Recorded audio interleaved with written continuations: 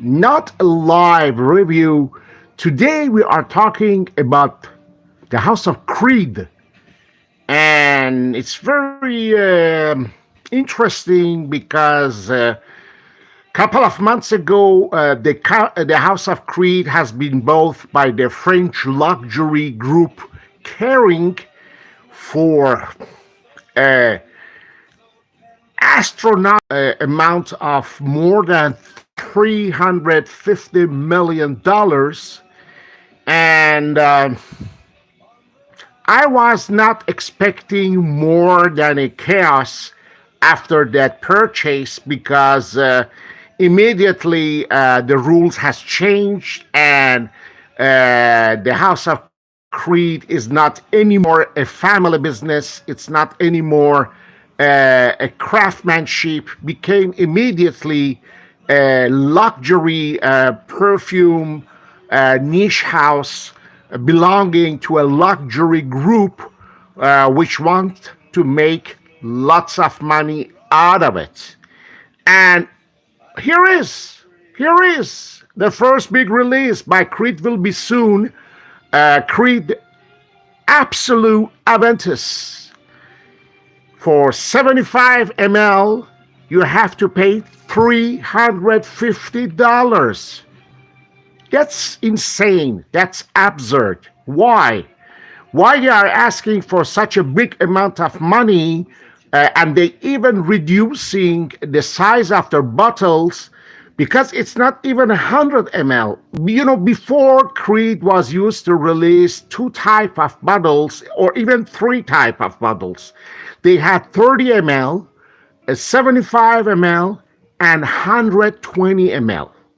Then they reduce it to 30 ml, 50 ml, and 100 ml. And now they are asking for just 75 ml, a crazy amount of $350 for another flanker of Aventus. Well, I'm sorry to say, I don't know what is your feeling about the House of Creed, but I am not ready to spend that lot of money for another Creed flanker.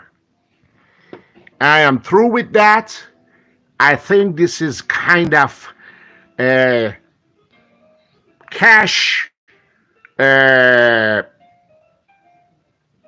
badly a cash machine in the way that you are taking clients for idiots.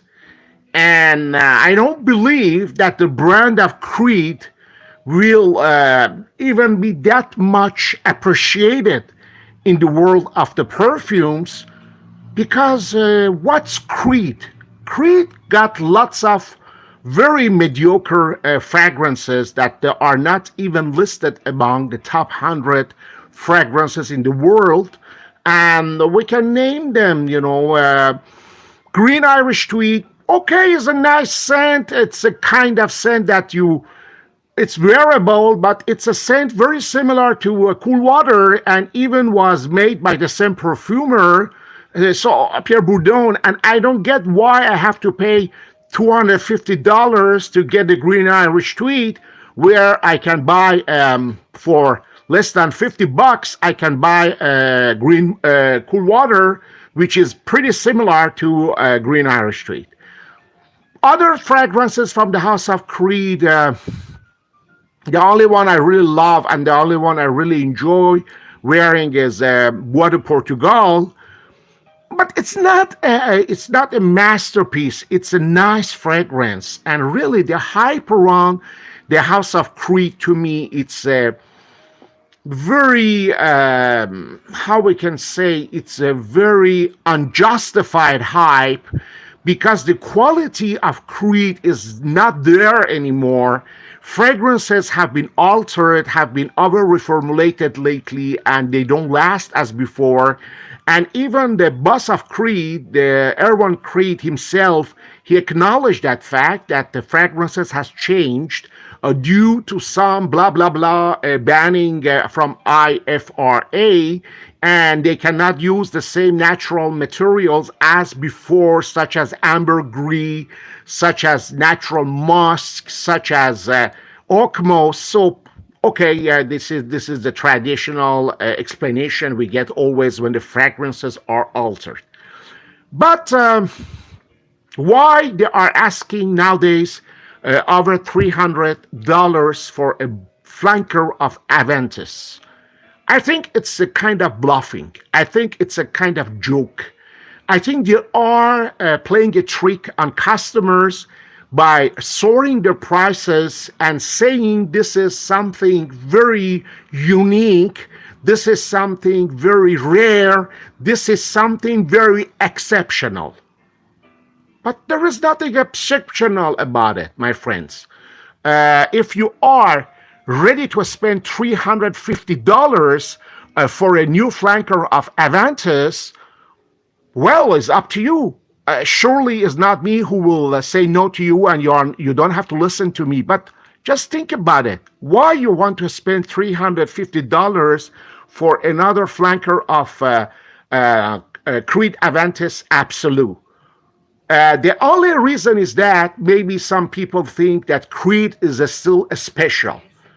I don't believe Creed is still a special, because Creed, without the ownership of the Creed's family, it's something exactly the same thing that happened to Guerlain. When Jean-Paul Guerlain in 2003 sold this company to LVMH and he left the house of Guerlain, immediately the new owner of the house of Guerlain, which is the group, the luxury group LVMH, started to modify fragrances, started to discontinue a lot of fragrances, and started to make even the economy on the shape of the bottles. And nowadays, Guerlain is to me, is a mainstream fragrance maker, because they don't even keep their fragrances from the past. Lots of fragrances from the house of Guerlain has been discontinued. Fragrances such as Derby, fragrances such as Jiki EDT, fragrances such as Mouchoir de Monsieur, which was absolutely a very historical fragrance because it was the first male fragrance of the house, and they even discontinued that, and the list goes on. And I bet with you, the same thing will happen with Creed. You are going to see very soon discontinuations of the fragrances that they don't have a bestsellers status. And this will be exactly the same situation that happened with the House of Guerlain, and we are going to have the same things happen with Creed. Because when a luxury group such as Kering spent $350 million to buy a brand, they don't want to keep their craftsmanship. They just want to make money. They just want to make lots of money out of Creed, and they don't care if the clients are satisfied or if the clients are unsatisfied. Actually, this is my thought about it. I don't know if you share my opinion or not, but I believe the same thing that happened to Guerlain will happen to Creed, and the House of Creed is not anymore Creed without the Creed family. It's obvious. It's something very obvious. If you lose your company or you sell your company to a luxury group, your word is countless. Your words counts for peanuts. And the Creed family will be no more in charge of the new fragrances, and they are not going to be able to supervise the Creed house. And to me, personally, the Creed will release more and more flankers of their best-selling fragrances, and for sure, they will discontinue fragrances that are not bestsellers. And this thing, it's very obvious. And I think if you know the world of perfumery, you will realize by yourself, then this is absurd. This is absurd. Why asking $350 for a flanker? I expected they release at least a new fragrance. No, they for their first release, they just picked up another flanker of Aventus. So what's next? The next will be Aventus Elixir, and the next after that will be what? Aventus Perfume? No, come on. This is exactly the same policy that Guerlain took it, and the same policy of the mainstream designer brands such as Christian Dior or Yves Saint Laurent.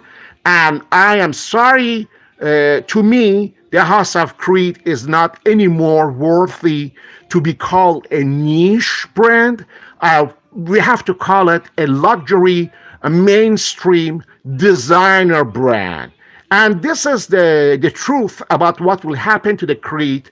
I just wanted to tell you my opinion. I'll be glad to read your opinion about my talks and what you think about the future of Creed.